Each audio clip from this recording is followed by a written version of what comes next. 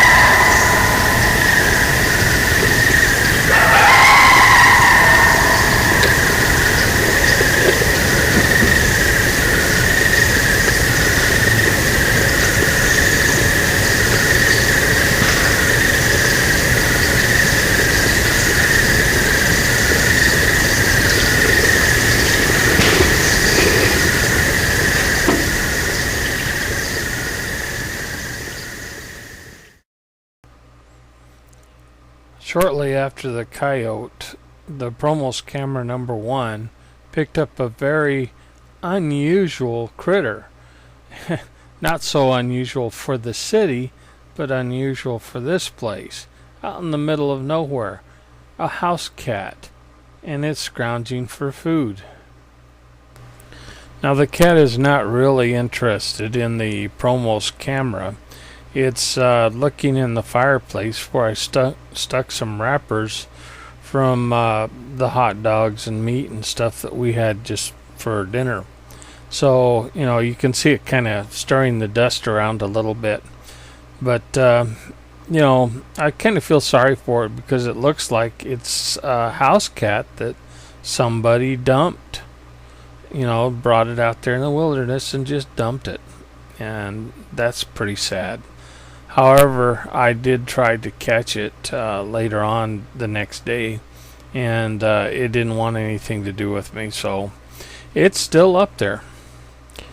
Now I'm going to go ahead and let the video run out or play out so that you can watch, not necessarily so that you can watch the cat, but you might want to watch the bushes or whatever for any other eye shine or movement or anything like that.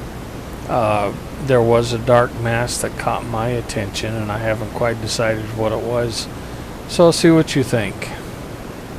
And for those of you that might be worried about the cat, it got well fed that night. It had over 2 hot dogs, a couple of strips of bacon, and some other meat. It chowed down pretty good. It ate them all, so at least for that night, it ate well. Now, one of the objectives of this particular trip was to try out the new equipment. We're basically trying to get ready for this spring when things start getting really active. Now things aren't so active right now because hunting season is going on, and most of the animals, or the wild animals, are hunkered down in their places of safety. They've either retreated back far enough into the woods that the hunters don't go there to try to find them, or they're hiding out in the thickets to where basically the hunters don't like to hunt because it's just too hard to see anything, and you can't get a really good shot because by the time you pull your rifle up, there's so many trees in the way that you won't be able to hit your target anyway. So I wasn't really expecting a whole lot this time, but it's good practice for the equipment. It's good to get to know your equipment. so that you can handle it in the dark, set it up, get it ready, make sure it's working. Because if you're unfamiliar with your equipment, you're going to make mistakes, and then you're going to lose that $1 million photo. So it's best to practice. So that's what we're doing here. Now this gives you, the viewer, an opportunity of being able to see how well the equipment works. If you're a Bigfoot researcher, you may be interested in what kind of cameras to get, how they work, and you might be able to decide after watching these videos whether or not you want to go the expense of these particular types of cameras. I would recommend both the Promos and the panoramic view cameras, the multi-airs. These are great cameras. They do good jobs, and they see a whole lot longer or a whole lot farther than the normal regular Bushnell type game camera. So I would recommend those. Now, typically speaking, when we arrive here at the hot zone, one of the first things we do is announce ourselves to our Bigfoot friends, which entails us driving several miles through some very rough roads to basically the Spooky Valley Meadow. And in there we go in and we leave some kind of offering to them. We announce ourselves by making all kinds of noises, screams, yells, and this is the only time we really ever try to vocalize, but that is just to attract the attention of any watchers. And then we leave and we go back to camp. Well, for the Bigfoot, it's only just a hop, skip, and a jump down to where our camp is, because the road goes the long way around. So the first nights we hardly ever get any activity unless they happen to be down by the campground in the first place. Now, them being down near the campgrounds is not likely at this time of year due to the influx of hunters into the area. It is deer season, and so they've backed off into the further recesses to where it makes it very difficult for any hunters to spot them. So they're safe, and I would do the same thing.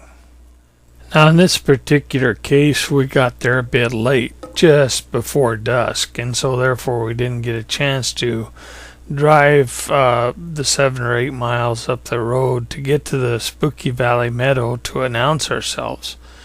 So, basically they don't know we're there unless there happens to be some Bigfoot that happens to be walking by or watching the campground that goes and tells the others that we're there. And so this is one reason why I wasn't really expecting much activity during the night. Usually the second or third night is a lot more active. We have more footage coming up fairly soon. We'll be working with some motion sensors and setting up zones so that nothing can get into or out of our camp without us knowing about it. And we'll be doing some other things too.